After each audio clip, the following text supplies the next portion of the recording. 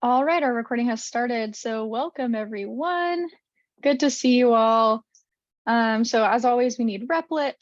And then first we're going to start off with reviewing tasks from Tuesday. For the students that are watching this recording, I did send out a link to a survey that I'd love for you to fill out to see, how the class pace is going for you. I didn't want to share that link on YouTube so that everyone in the world could fill it out. I just want the class to fill it out. So check your emails for that. All right, so let's go ahead and review what we had on Tuesday. Oh, where did it go? Here it is. Okay, so we looked at a couple of these different assignments.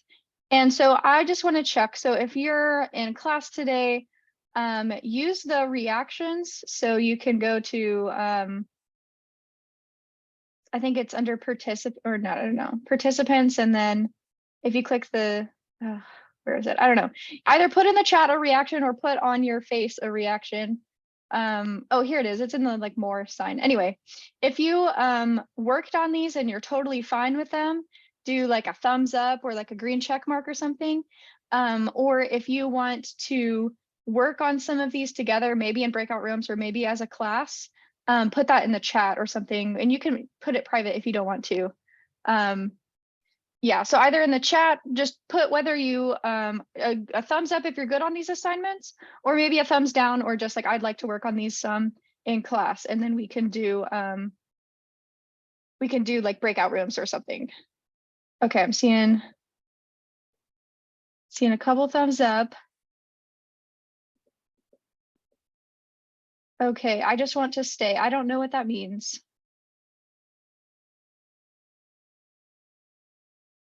Okay, I'm seeing some thumbs up.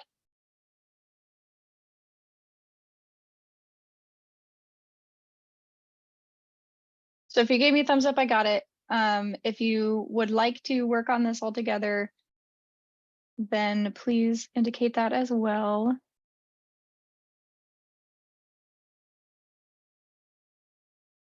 Okay, sorry, I'm waiting just to make sure I see most people's. Yeah, I'll probably just review them. Okay, so it looks like most people are fine. We don't need to like work on it together, but we'll like review over it how I did it. So, all right, so for this adding machine one, I have the solution. If you click on the link in the previous slide, it automatically takes you to logicexample.py, but if you go to sum.py, that is the solution for this problem. So if we go to the problem statement, so we say create a program that asks the user to enter a number, use a loop to continue asking the user for a number until they enter Q for quit, and then print out the sum of all of the numbers that they've input. So we know that we need to ask for input. So using the input function, we know that we need to use a loop. And what is the type of loop we want to use if we're going to get some user input and we want to check that user input over and over again? So what kind of loop? Is that a while loop or is that a for loop?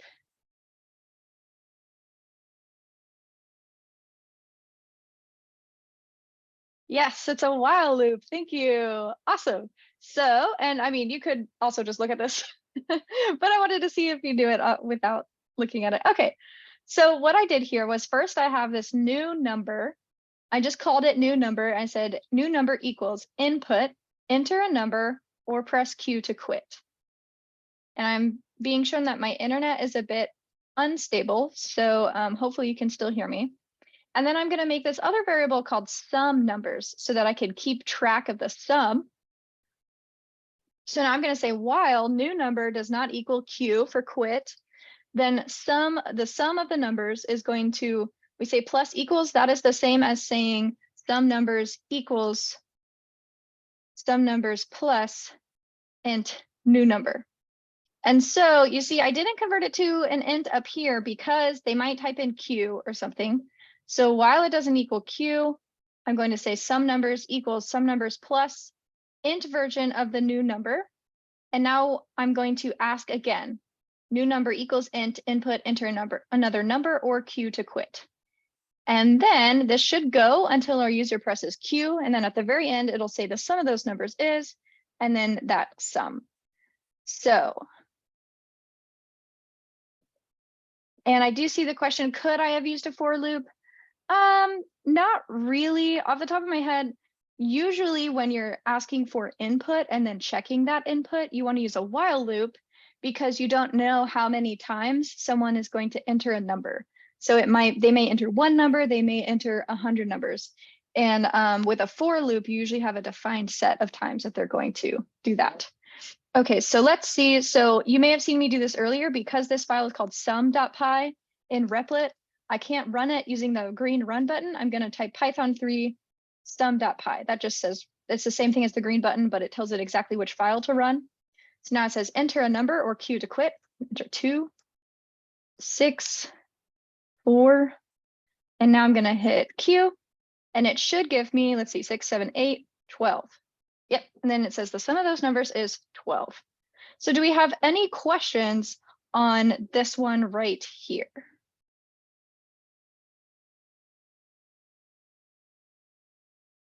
As always, please do raise your hand or put in the chat, and we will try to get to you if you put in the chat. Usually a TA will, but occasionally I can see the chat. Okay, awesome. So I hope that made sense to you. Let's see, let's look at this next one here. Okay, so this is kind of a bigger one. So I'm creating a customer service menu. This was actually a project or an assignment that I had in my Python class when I was learning Python. And it is, I mean, you don't encounter these as much anymore, but it is based off of like if you're calling some sort of hotline or like a customer service phone number, like one of those 1-800 numbers, and it says, please press 1 for this, please press 2 for this, please press 3 for this. And so that's kind of what this is based off of. And so our customer service menu only has 3 options. 1, talk to a representative. 2, ask for the hours of operation of whatever business we're pretending to call. Or 3, list the options again. So we're going to ask the user to select their option by entering a number, just like before, or Q to quit. If the input is invalid, so it's not one of the number choices or Q, ask the user to enter a valid option. This is very important because we haven't done this yet. We have just been kind of assuming that they're going to enter something that we know, but you know, they could enter 4, and that's not an option on this one. So we're going to try to handle that a little bit here. So if it's invalid, we're going to ask them to enter a valid option and then print the relevant response to the user. You can make these up. I didn't put in what they had to be. So talk to a representative, you could just pretend to be, you could just print, hello, this is a representative, or ask for hours of operation, you could just make that up. So I have this example, print out our hours of operation are 8 a.m. to 5 p.m. And then you continue to present the user with the menu and ask the user to select an option until they enter Q. So even if they make an option up here, we want to keep asking them until they are satisfied and they enter Q. So I believe this one is also up here. If you want to review this code, it's customerservice.py.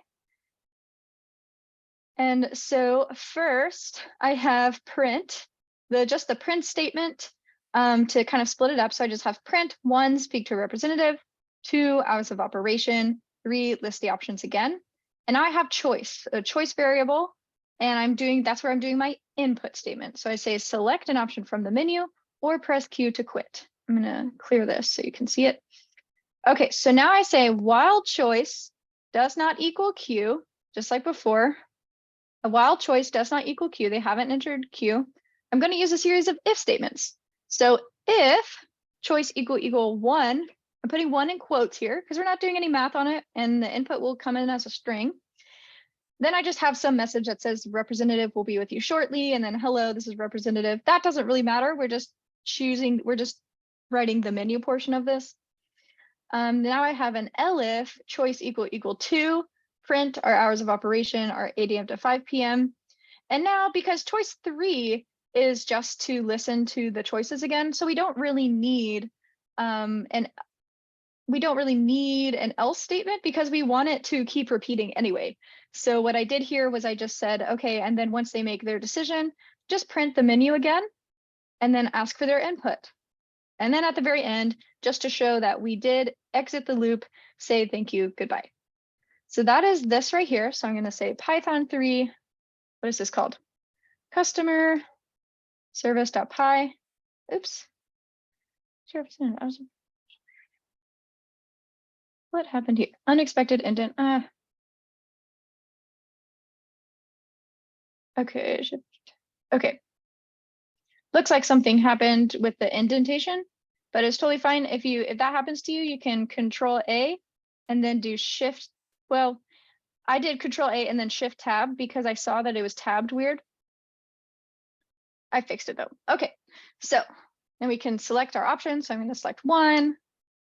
I'm going to select 2, select 3. It's just going to list the options again. And I'm going to hit Q. And one thing that I noticed from this solution from last year is that we're not checking. Oh, I guess we are checking just by not. If the input is invalid, ask the user to enter a valid option. Okay, so you could add a thing in here that says, like, if the choice is something else. So you could say, elif choice equal 3, or you could say else, if it's invalid, then you could say that's invalid. But you're not required to do that as long as you just ask for them to enter something.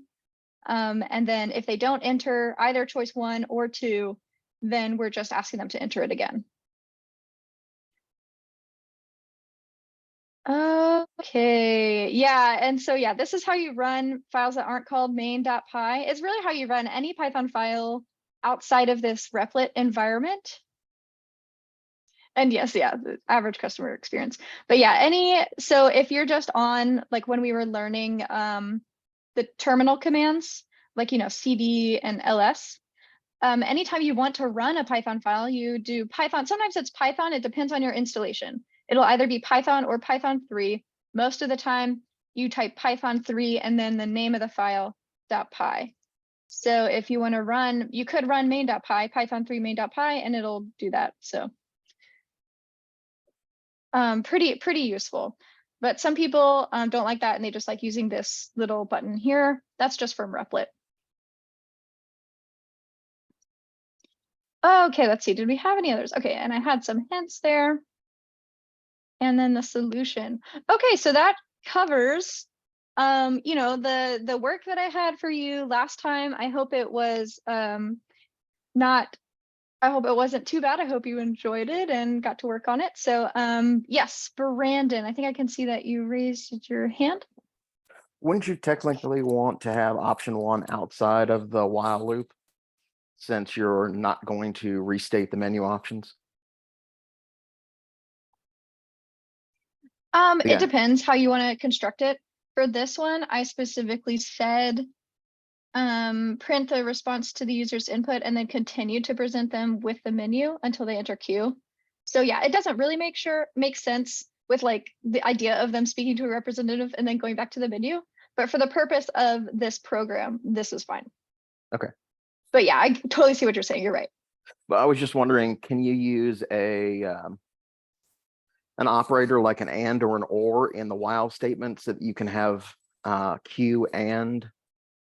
Yeah, so you could say like while choice does not equal Q and choice does not equal 1. Oh, whoops, 1, right?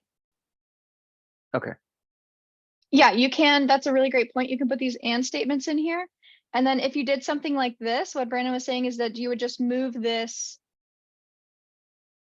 outside of the while loop. Probably you would like cut and paste it to be here up to line 5 or something. But for the purpose of this, that's not required. This is totally fine.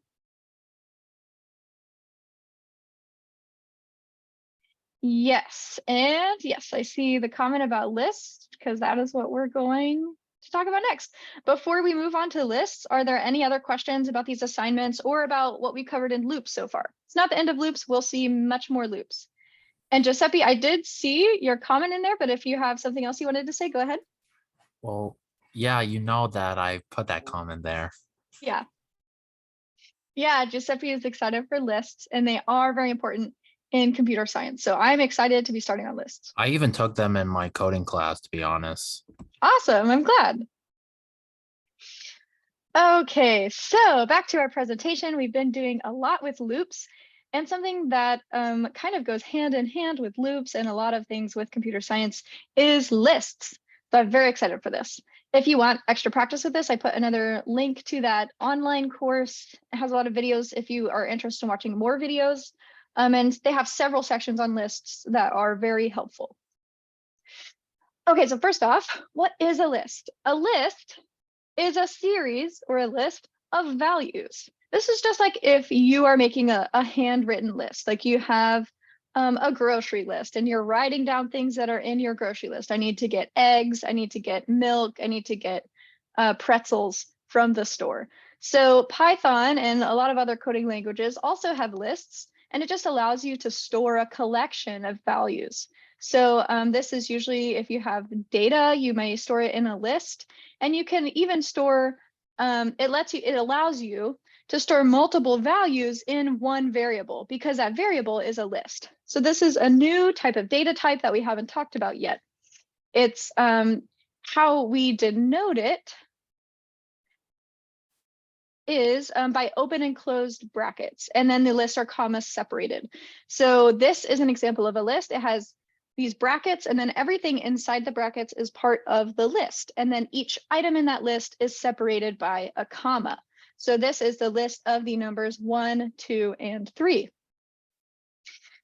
You can put any kind of data type inside of your list. You can put Boolean data types, you can put strings, you can put integers and floats, and you can even mix those up. You could have an example of one that is just 1 and then a string cat and then 3. And we'll look at some of these examples, but the basics that you need to know is a list is constructed using those brackets, and then each value inside of those brackets is separated by a comma, and then that is your list of values. So one thing to note is that these are what we call ordered, which just means that the order matters. So a list that is 1, 2, 3 in Python is different from a list that is 3, 2, 1. So if you have A equals, a list 1, 2, 3, B equals list 3, 2, 1, those two are not equal. So order does matter. And you can have duplicates even. So you can really just throw whatever you want into a list. Python does not care. So you can have 1, 2, 3, 2. They don't have to be in a specific order. I said the order matters, but it just means that order distinguishes things. But order is not, you don't have to have numbers in order or anything. So we'll go over what these are. So how you make a list, we call it construct a list using brackets. So you start out with your variable, my list equals, that is just like we've done any other variable. So my underscore list equals open bracket 1, 3, 5, 7. So really easy, just like if you were gonna make any other kind of data type. There's another way where you can use this list function. Usually you do that if you want to create a list with nothing in it. So you could say, list and then open close parentheses. I don't see that as often, except when people, for whatever reason, want to create an empty list. So let me go over here and somehow make another REPL. Okay, so I'm going to type Python in here.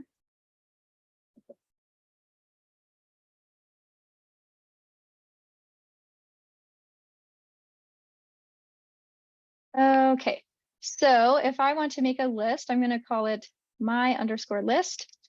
I can put whatever I want in there. And usually when you start the open bracket, it automatically closes it for you. So I'm going to say, 4, 2.0, 7, 0, 0, 100. That is a perfectly fine example of a list. We can see what this looks like. Print my list. I'm going to run that. And there we go. It prints it for it. It even includes the bracket so that we know it's a list. You can have a list of strings. So we can include some strings in there, 5.6 or something. And so you can really have you can just throw whatever you want into this list. What I was talking about with like the order of your list. So like if we have 1, 2, 3, and then 10, and then I'm going to make another list that says 2, 3, oops. 1, 10. And even though these all have the same numbers, those are technically different lists. So let's see if I'm going to say print my list equal other list. Oops. What did I call it? Other list. Oops, I didn't put that equal sign. And it'll say false. So I asked it to print this Boolean my list equals the other list, and it is false. And that's just because they're in a different order. So Python does treat these differently, and we'll see why in a little bit. So that is basically how we construct a list. Another way that we can do it, I mentioned, is just by using the list function. And then we could print that. It's just going to print some brackets. There's not going to be anything in it. And so that is useful later on in programming if you just know you're going to create a list, but you don't know what values will be in that yet. Maybe you're going to upload some data. Maybe you're going to ask the user for some data. And so you just create an empty list and then you can add to it later. All right. So are there any questions about lists or making lists? I'm going to take a sip of water.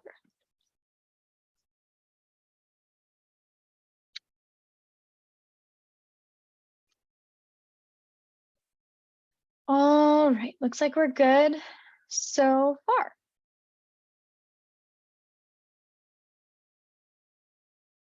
So next, let's look at a couple examples again. So like I said, I have these examples. My list equals brackets hello, comma, 5, comma, true, or capital T true is a Boolean in Python. Other list equals dog, comma, cat. So one important part about lists is that they can be of varying length. So you may have a grocery list that is just 3 items. That's a quick trip to the grocery store. You may have a grocery list that is 50 items. And we need a way to keep track of this, to say, you know, how long our lists are. And Python allows us to do this with length. So the length of a list is how many items are in that list. It kind of, you know, makes sense. You're just counting them. So you look inside a list, then you count them. And that is the length of the list. So the length of this one, hello 5, is 2. The length of this one here is true, false, false, true is 4. And you can get that length by using the len or len function. That's short for length. So you say len my list, and that will give you a number that represents the length of your list, just basically how many items are inside your list. So in this one, I have fruits list equals apple, banana, cherry, and then print the length of fruits list. So if I have, let's see, fruits list equals apple, banana, cherry, print length, fruits list. So now if I print that length, it's going to say 3 because I have 3 things in that list. You could also say list underscore length equals len if you like to kind of see the different steps in this. So first you can get the length and then you can print the list length. That will do the same thing for you. So if we add something, we can add something in the middle here, and just, I'm going to say coconut. And if we run that, now our length is going to be 4. So just a simple way to get the length of your list. All right. And all of the PowerPoint slides are in the shared drive. So if someone has the link to the shared drive, you're free to put it in there, but it's also linked in the calendar invite to the class. Okie doke. So why did this repeat?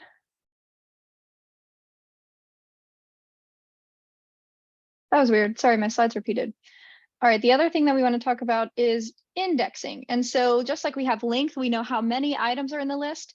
Indexing is the position of that item. So maybe it's at the first position in the list or the second position in the list. Basically, what order are these items in? And so we call that indexing.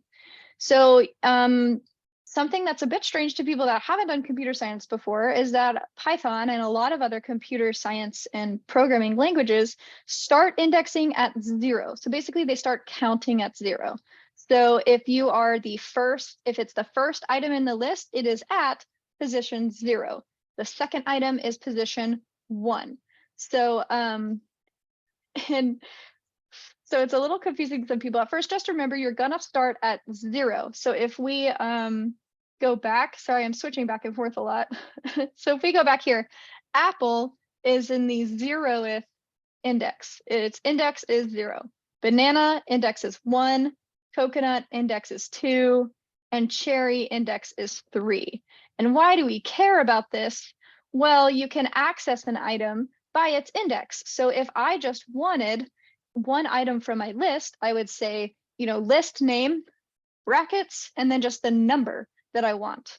So my list 0 would give me that first item in that list. If I do my list 1, it'll give me the second item. So let's try this here. So I'm going to say fruits list, and now I'm going to say print fruits list brackets 0, and that will give me the first item in the list. So apple. So likewise, if I do fruits list brackets 1, it'll give me banana. Fruits list 3, it'll give me cherry. So now if we did something like fruits list 4, what will happen? Now it gives us a very scary red error, but no worries. We have been doing Python for a while now. We can kind of read these. So just read the last line. If you get an error, just read the last line. It's usually just the last line that tells you what's wrong. So it says index error, list index. That means the position out of range. This is just saying you don't have anything at position 4. That doesn't exist. So you have to be careful with these. A lot of errors come from list index errors. And so you want to make sure that you're not accessing an index that doesn't exist. All right, back to the slides. So one thing that, and we're going a lot faster than I thought we would go. So one thing with lists is that they're very useful for processing items, that they're very useful in loops. I completely messed that up. Loops are very useful for processing items in a list. So we like to loop over lists. Like if we have a grocery list and we want to loop over it, print every item in this list. Loops are very useful for this. So I have a question for you. Go ahead and put in the chat. What type of loop do you think is useful for iterating in a list? Iterating over a list. What type of loop are we going to use for that? Yes, amazing. Thank you so much for all of your answers. It is indeed a for loop. So we will use for loops for that. And actually, I was going to stop right here, I think because I thought there would be more questions about loops earlier. So I was going to end here. I can keep going though. Let's see. Let's see how we can use a for loop, because I don't want you to end on that cliffhanger there if we have 30 minutes left. So we have fruit. Let's just say fruits list still. Now, if we want to use a for loop, we can say, like we were saying, for I in. Previously, we did range. That's because range is kind of creating a list for us. But we can just replace that with our list. So we're going to say for I in fruits list, colon, and you can say print I. So in this case, I is going to be anything in our list. So it's going to start at apple. Next, it'll be banana, and then coconut, and then cherry. So if we have this one, for I in fruits list, print I, this will go through and print every item in our list.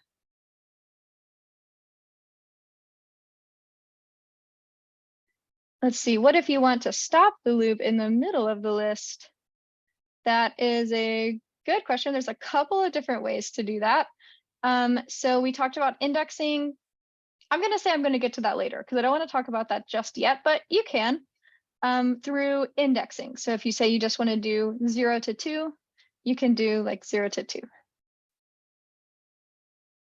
And it'll just print the first 2. So that's a little bit more about indexing there. Okay, so another example that we have for looping over lists, we have this nums list, nums equals 1, 2, 3, 4, 4 num in nums list. We can do some math on it. So let's try this one. So I'm going to say nums list equals, do my brackets, 1, 2, 3, 4. Now 4, I mean, just to show you, I'm going to say 4 num in nums list, just to show you we don't have to always use I. I'm going to say, what are we wanting to do? Num squared. So num squared equals num to the power of 2. Remember this double star here is exponentiation. And now I'm going to print num squared. So this is going to run every time for each item in our list here. So we're going to say 4 num in nums list. It'll start at 1. Num squared equals 1 squared, and it'll print that. Next, it'll do 2. Num squared equals 2 squared. It'll print that. And it'll keep going till it gets to the end of the list, and then it will stop. So we have 1, 4, 9, 16.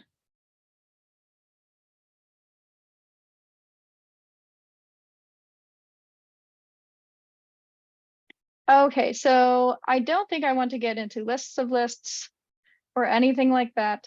Let's do just a couple practice. So I'm going to do a couple practice exercises, and then we might just end early because it is almost a holiday weekend. We do not have class on Tuesday because of 4th of July. So let's just practice a little bit, and then we'll probably end early, and you can spend the rest of the time if you'd like working on past assignments if you didn't finish them, or just sitting around and asking questions if you'd like. So let's do a couple. And please do raise your hand if you have questions or if you're confused. I can't tell, sometimes class goes really fast because students are confused and they don't know what questions to ask. Sometimes class goes fast because students are like, I already know this. I don't need you to talk to me. So if you are confused, please reach out to me because I don't want you to be left behind. So let's just say I'm going to start my list. Feel free to raise your hand if you have questions. So I'm going to say my list equals, let's say 1.0, pineapple, true, false, 4, 1,000. So that's my list here. So if I wanted it to print pineapple, what do I need to type? Go ahead and put in the chat. If I want to print pineapple from this list, what do I need to enter on this line here? Okay, thank you.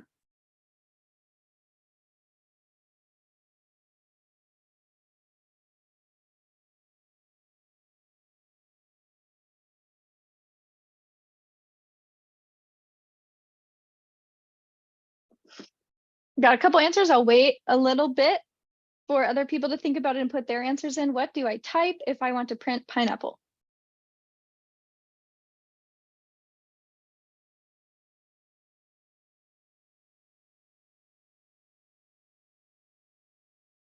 Yes, amazing, everyone. Thank you so much. So we're gonna say print my list and then our indexing, the brackets, 1. Because we start counting at 0, right? So 1.0, 0, 1. So now if I print my list 1, I get pineapple. All right, what if I want to print 1,000? What am I going to put on this line here? If I want to look at my list and print the number 1,000, what am I going to type?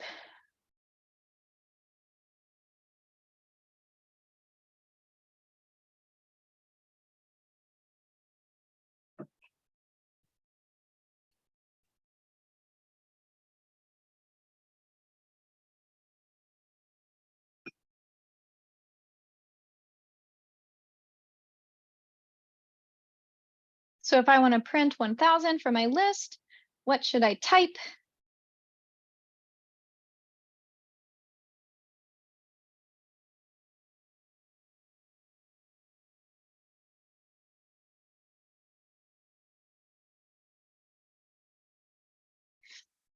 Okay, a little bit more of a mixed bag. So let's see. So our syntax is going to be print, open parentheses, my list, and then brackets.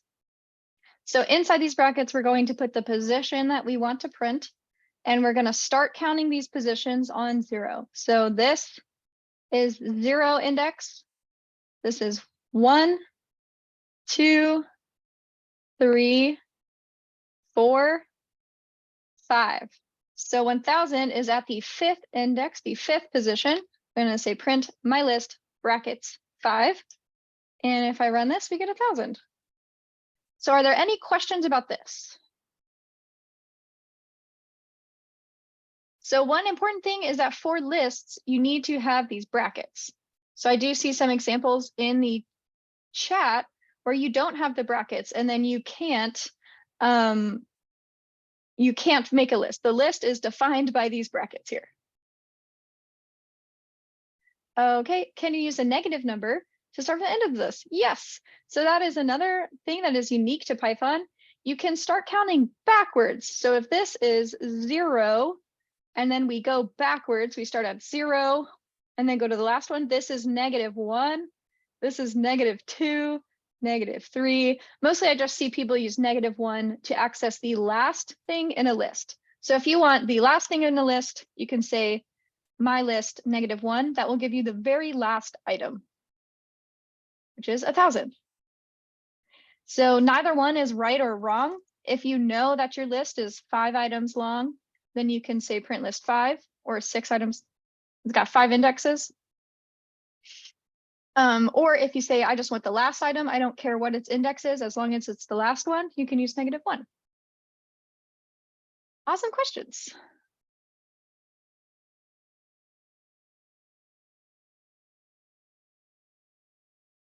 Okay, what else did I want to practice? So let's see.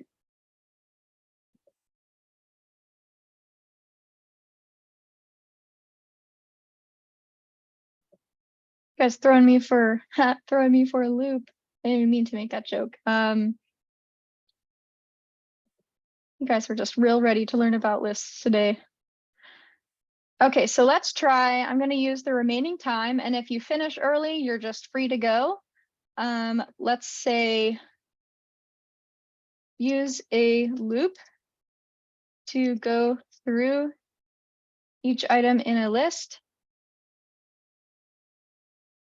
If that item is an even number, print the number and the phrase is an even number. Okay, to go through an item in a list, the list is going to be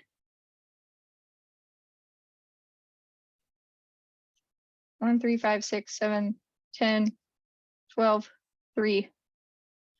Okay, so I want you to use this list. I just made this up. Use this list. Use a loop to go through this list. And if an item in the list is an even number, print the number and then the phrase is an even number. So this is what we're going to work on for the rest of class. Feel free to send me your code either through the Zoom chat, through Discord, through email. And I'd be happy to look over it. We're going to work on this for the rest of class. If you are good to go, then you're free to leave, and I hope you have a happy 4th of July. If you are still confused and want some extra help, please stick around. I can help you go through this, or we can review some of the earlier stuff that we've worked on. All right, so go ahead and get working on this, and then when you're done, you're good.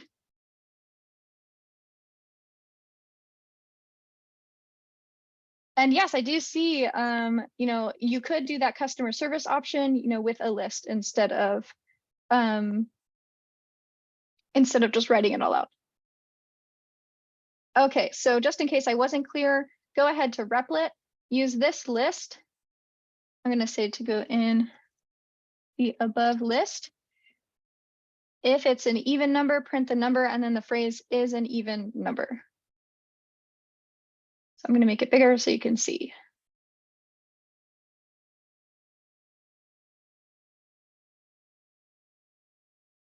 Yes, so CMP, I see yours. You need a comma between each thing in the list, or else it's just one big thing. So each item in the list needs a comma.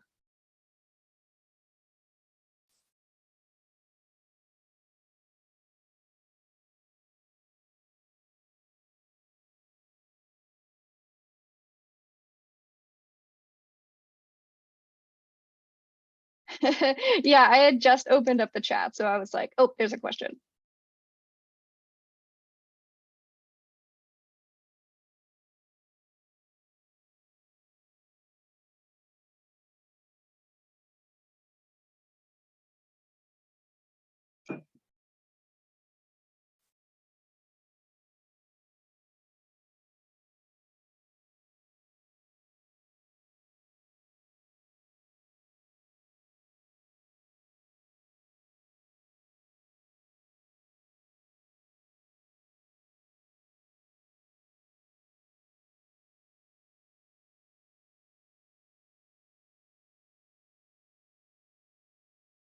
Okay.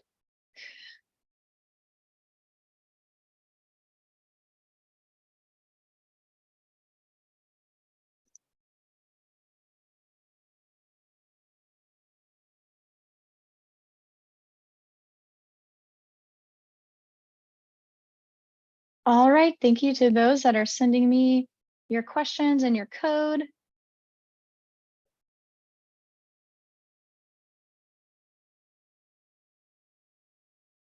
Also, if you haven't, if you're still around, please do fill out the survey. I think I still have it here. Yeah, please do fill out. Oh, is that it? Yeah.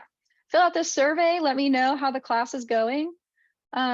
Yes, Felix, I see your hand is raised. Remind me, how are we supposed to let you know if we've done it or not?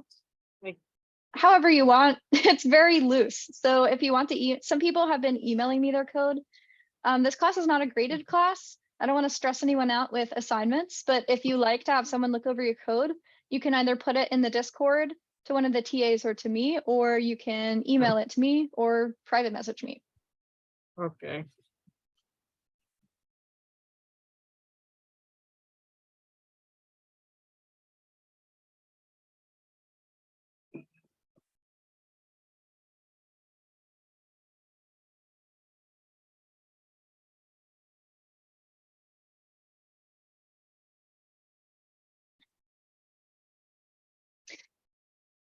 Interesting. I see this question on how do I make a loop with a delay?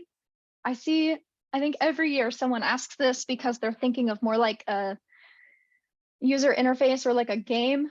You can use something called sleep, and I think, yeah, time to import time. Yeah, Brendan, if you want to reply to that one, hit show in just in the comment, because I don't want to like share my screen and show that and then people get confused. But yes, I do always have people ask that.